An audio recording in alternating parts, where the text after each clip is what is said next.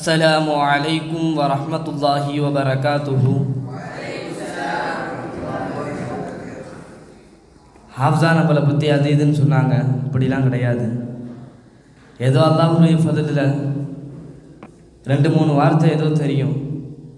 ஒரு சஃபருக்காக வேண்டி இந்த கம்பம் பக்கத்தில் வந்தப்போ தாரிக் உஸ்தாத் சொன்னாங்க, இன்றைக்கி மன்றம் இருக்குப்பா, 2 வார்த்தை ஏதாச்சும் பேசுங்களேன் அப்படின்னு சொன்னாங்க. தாரிக் உஸ்தாதுடைய இத்தாத்துக்காக வேண்டி தான் இங்கே அல்லாஹ் தஆலா பேசக்கூடிய பாக்கியத்தை தந்திருக்கிறான். அல்ஹம்துலில்லாஹ் நஹ்மதுஹு வ நுஸல்லி அலா ரசூலிஹில் கரீம். அம்மா பஅத் ஃபலா இபாதல்லாஹ் ஊஸீகும் வ இய்யாய அவ்வலம் பிதக்வல்லாஹ் ஃபீ குல்லி வக்தின் வ மகான் வ முகாலஃபத்தி லின்னாஸ் வல் அக்லாக் வல் ஹிசான் வல் ஹஜ்ரி மின் ஹுஜூரி ரதியா வ குசூரி ரதியா வ கான ஃபீ மிக்தாருஹு அல்ஃப ஸனத்தின் மிம்மா தஅதுன். وقال تعالى في القرآن العظيم ولو أننا نزلنا إليهم الملائكة وكلمهم الموتى وحشرنا عليهم كل شيء قبلا ما كانوا ليؤمنوا إلا أن يشاء الله ولكن أكثرهم لا يجهلون. صدق الله العليم.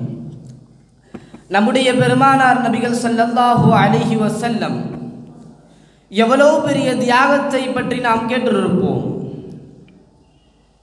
சமீபமாக கடந்து சென்ற இந்த ரஜபுடைய மாதம் நாயகத்தின் மிஅராஜை இடம் பிடித்த மாதம். பல தியாகங்களை இந்த தீனுல் இஸ்லாத்திற்காக வேண்டி, பல தியாகங்கள் என்று சொல்வதை விட தன்னையே முழுமையாக அர்ப்பணித்தார்கள் பெருமானார் ஸல்லல்லாஹு அலைஹி வஸல்லம்.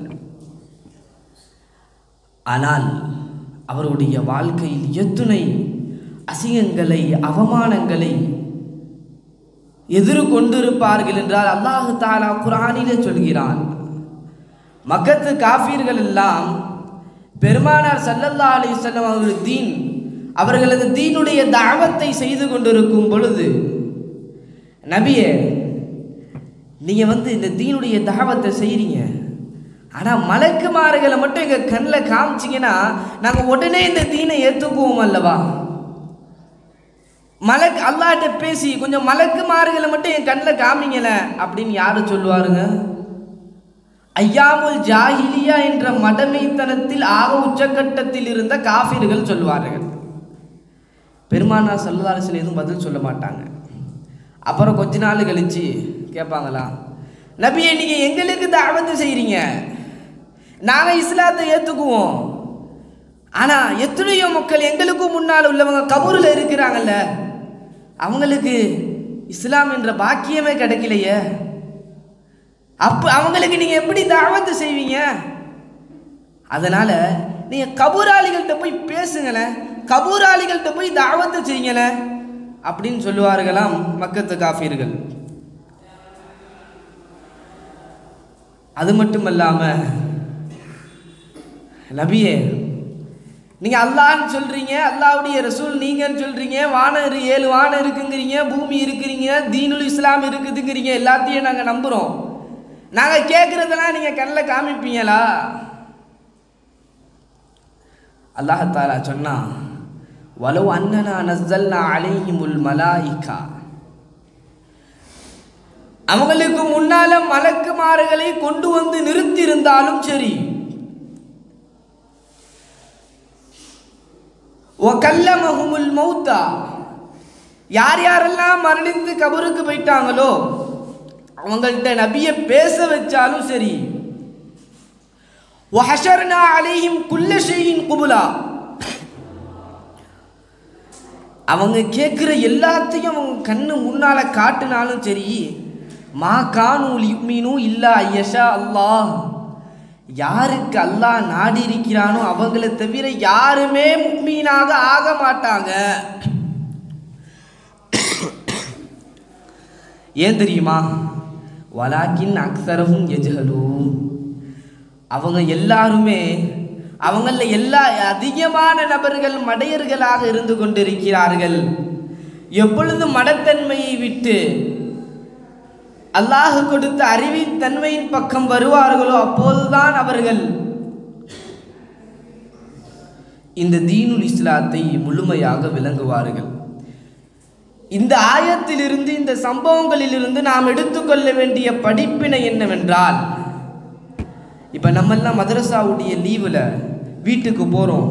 தன்னுடைய தாய், தன்னுடைய அம்மா, என்னுடைய மகன் பல நாள்கள் தீனுக்காக இல்முக்காக தியாகம் செய்துட்டு இன்னைக்கு வீட்டுக்கு வந்திருக்கிறான், ஏதாச்சும் அவனுக்கு பிடிச்சதை சமைச்சு கொடுக்கணும் அப்படின்னு சொல்லிட்டு பிரியாணி செய்வாங்க. நம்ம என்னங்க பண்ணுவோம்? என்னம்மா உப்பும் இல்லை உரப்பும் இல்லை ஒன்றுமே இல்லை, இதெல்லாம் பிரியாணியா, நான் கடையிலேயே சாப்பிட்ருப்பேன் அப்படின்னு சொல்லி அந்த தாயிட்ட சொன்ன அந்த தாயுடைய மனசு எவ்வளவு வேதனைப்படும். அதே போன்றுதான் அன்று பெருமானார் ஸல்லல்லாஹு அலைஹி வஸல்லம் அவர்களுடைய மனது வேதனைப்பட்டிருக்கும்.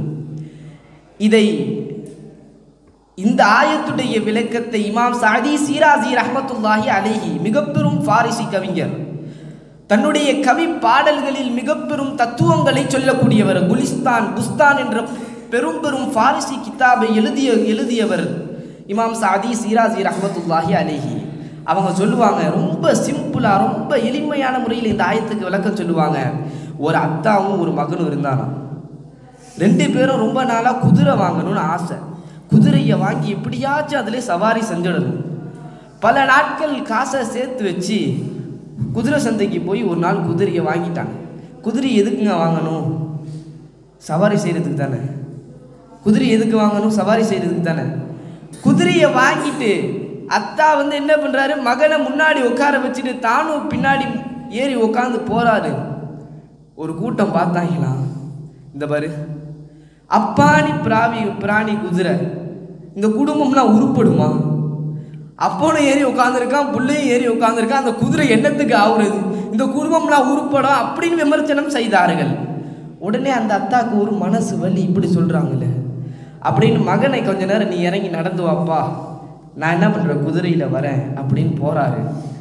இன்னும் கொஞ்சம் தூரம் போய் ஒரு கூட்டம் பார்த்தாங்களாம், இங்கே பாரு அப்போ மேலே ஏறி உட்காந்துட்டு பிள்ளைய கீழே நடக்க விட்டு வரான், இந்த குடும்பம்லாம் உருப்படுமா? இல்லை இந்த குடும்பம்லாம் என்னைக்கு தான் விளங்கும்? இப்படி ஒரு சமூகத்தில் நம்மள கேவலமாக இருக்கிறது மிகப்பெரும் அசிங்கம் இல்லையா அப்படின்னு விமர்சனம் செஞ்சாங்களாம். அப்போ என்ன பண்ணா அத்தா தான் இறங்கிட்டு தன்னுடைய மகனை மேலே ஏறி உட்கார வச்சுட்டு கொஞ்சம் தூரம் அப்படியே போகிறாப்புல. அப்பையும் ஒரு கூட்டம் பார்த்துச்சான், இந்த பாரு இதெல்லாம் பிள்ளையா, சனியனுக்கு பிறந்தது. தன்னுடைய அப்பனை கீழே நடக்க விட்டுட்டு கால் வலிக்க பெத்த தந்தை, எல்லா செலவீனங்களையும் எடுத்து செய்யக்கூடிய தந்தை கீழே நடந்து வராரு, புள்ள எப்படி மேலே சொகுசாக மேலே வருது? இதெல்லாம் உருப்படுமா? நாளைக்கு வெளியில் சமுதாயத்தில் போய் என்ன நடக்க போகுது அப்படின்னாங்களாம். அதே போல அப்பையும் மனசு கஷ்டப்பட்டு தன்னுடைய மகனையும் கீழே இறக்கிட்டு குதிரையை ஓட்டிக்கிட்டு ரெண்டு பேரும் நடந்து வராங்க. அப்போ கொஞ்சம் ஒரு கூட்டம் பார்த்தாங்களாம், இந்த பாரு சனியனுக்கு அல்லாஹத்தாலா எதுக்கு காசை கொடுத்துருக்கானே தெரில, குதிரையை வாங்கி மூதேவிங்க ரோட்டில் நடந்து வருது, குதிரையை வாங்கி மூதேவிங்க ரோட்டில் நடந்து. இப்படி பெருமானாரை விமர்சனம் செய்தார்கள் என்று இமாம் சாதி ஷீராஸி ரஹ்மத்துல்லாஹி அலைஹி அவர்கள் சொன்னார்கள். அப்படிப்பட்ட அந்த பெருமானாரின் உம்மத்தாகிய நம்மையும் இந்த உலகம் விமர்சனம் செய்து கொண்டே இருக்கும். எந்த அளவிற்கு என்றால், நம்முடைய கருவறைக்கு நாம் செல்லும் வரையிலும் ஒவ்வொரு தருணங்களையும் கண்சிமட்டும் அசைவு, எல்லா வித்தியாசத்திலும் எல்லா விதத்திலும் விமர்சனங்களை செய்து கொண்டே இருப்பார்கள். எந்த விமர்சனத்தையும் எடுத்துக்கொள்ளாமல், என்னுடைய உஸ்தாத் அவங்க சொல்லுவாங்க, ஒரு புதிய பண நோட்டை போல் நீ இந்த வாழ்க்கையை கழித்து விட வேண்டும். புதிய பண நோட்டுனா என்னங்க? ஒரு 500 ரூபா நோட்டு இருக்குது புதுசு, அதை தூக்கி கீழே குப்பையில் போட்டுருங்க, அழுக்கா போயிடும். திருப்பி எடுத்து பாருங்க, அதோடைய வேல்யூ குறையுமா? அது அழுக்காகி இருக்கும். ஆனால் 500 ரூபாய் என்ற அந்த 500 என்ற மதிப்பு குறையுமா? குறையாது. சரி, அந்த காசு அப்படியே அழுக்காக தான் இருக்கு, கசக்கி தூக்கி எறிஞ்சிருங்க. தூக்கி எறிஞ்சிட்டு திருப்பி எடுத்து வாங்க. நீட்டாக அயன் பண்ணி வச்ச மாதிரி இருந்த அந்த நோட்டு கசக்கிய பிறகு மிகவும் கோணல் நெடுநராக இருக்கக்கூடிய அந்த நோட்டுடைய 500 ரூபாங்கிற அந்த மதிப்பு குறையுமா?